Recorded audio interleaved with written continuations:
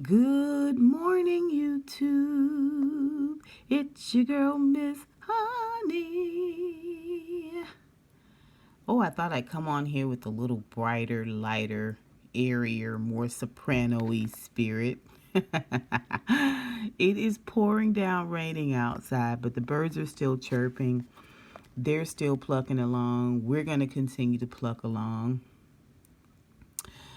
Today is Saturday. I hope you guys had a wonderful week. I hope you have a beautiful weekend planned for yourself. Today we're going to be talking about true worship.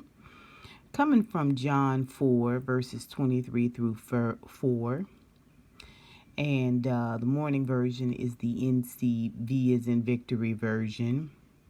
And then for the evening version of John 4, verses 23 through 24 is the New Living Translation version. So let's just hop into it. John 4:23 through 24 reads, "The time is coming when the true worshipers, come on now, come on. The true worshipers will worship the Father in spirit and in truth. And that time is here already. You see, the Father too is actively seeking such people to worship him. God is spirit, and those who worship him must worship him in spirit and in truth." The text says, "When was the last time you gave yourself over fully to a time of worship? Not just singing along with the words in church, not just bowing your head in prayer, but letting yourself be completely consumed by the presence of the Lord." Let's be the kind of worshipers that our Father seeks.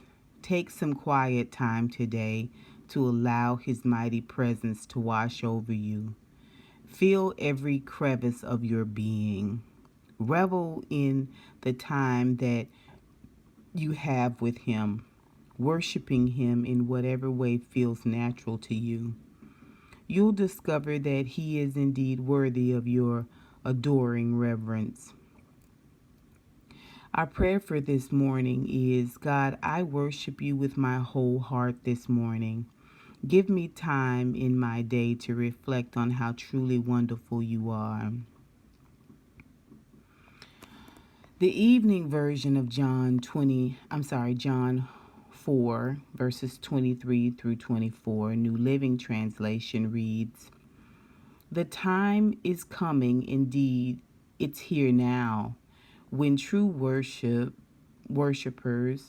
will worship the Father in spirit and in truth. The Father is looking for those who will worship him that way. For God is spirit, so those who worship him must worship him in spirit and in truth." True worship is quite different than just singing along. We serve a God who is awesome and powerful. He is deserving of our utmost devotion. Amen. When we discover just how amazing he is, we know that he is worth our full praise. People can talk about worshiping God and show all kinds of outward devotion, like lengthy prayers, splayed hands in the air, or intense biblical debate. But God is after the heart. That's why he made it known that there are true worshipers and false worshipers. Our prayer for the evening is, Lord, I know that sometimes I compare myself to other people who seem to be more spiritual than I am, or like to worship more than I do. Thank you for confronting me with the truth that it isn't about the songs that I sing or the way that I show my worship, but that you care about a heart that is directed to you. I give you my heart's attention tonight. And then our question for ourselves this morning is, how will you worship in truth this week, this upcoming week? How will you worship in truth? Listen, you guys know I'm a big proponent of worship. I think it sets the tone for your day. I think worship can change your entire mood. I think worship is just as cathartic, if not more, than exercising. You got a lot on your mind, you got a lot on your heart. If you feel heavy, if you feel drained, if you feel anxious, all of these things, get you some worship music. Get you some worship music. I promise you, it is, if not just as cathartic, it's more cathartic. I have been in a place of complete and utter frustration where I have cussed all the way to work because of the traffic, and stresses at work and stresses at home and stresses in the world. And I didn't even realize it. And I, just trying to get my mind ready for the office. I never will forget this one day coming through the parking deck. I just switched the radio station to a gospel radio station, and there was a worship song on.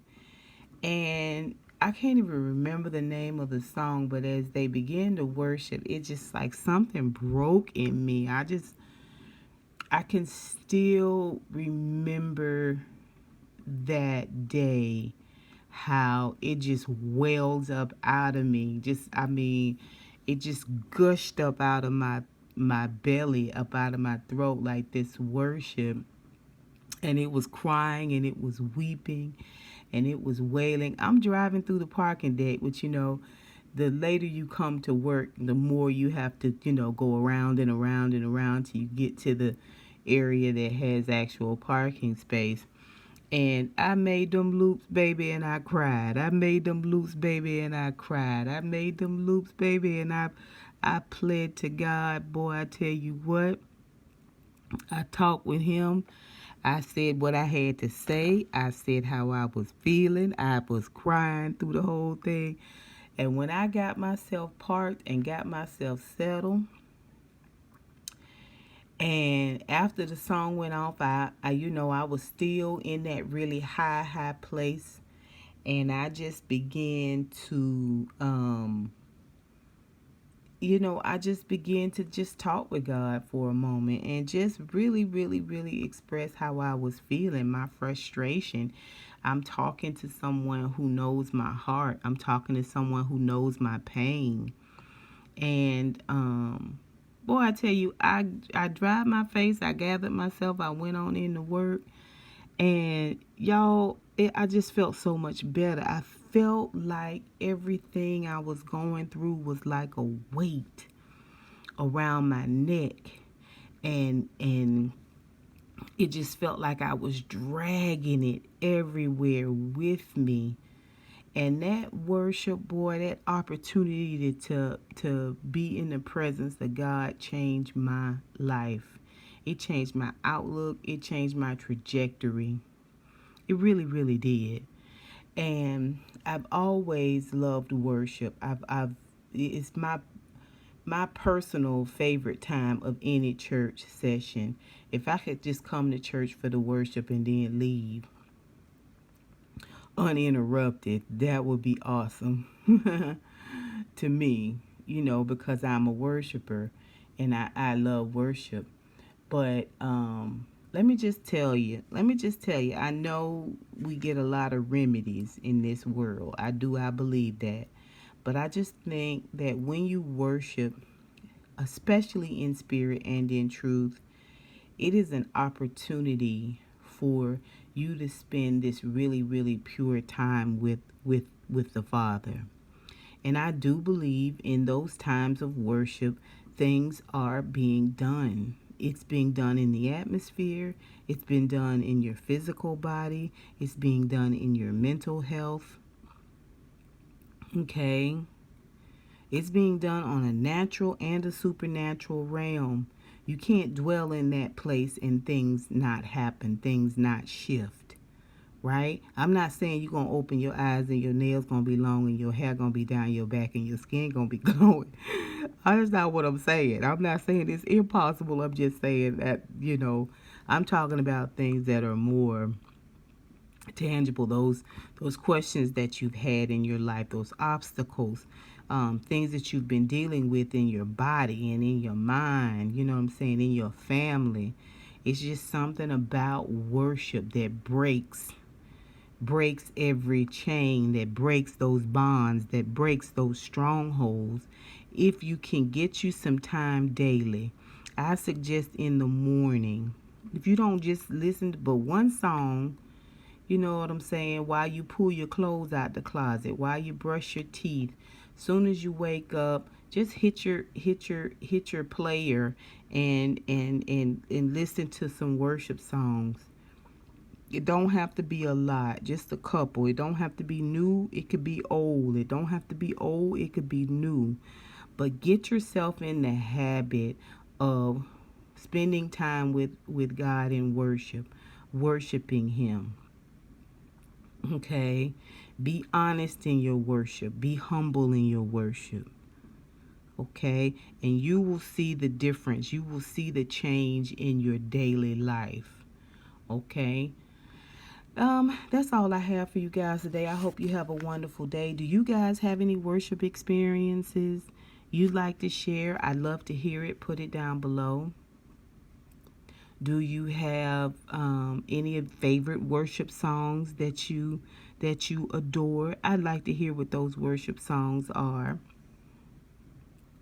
And of course, it is my prayer for you that you have a wonderful day, a beautiful day, a successful day, a calm day, a healthy day, a loving day, a fulfilled day, okay? A day of service and a day to be served, right?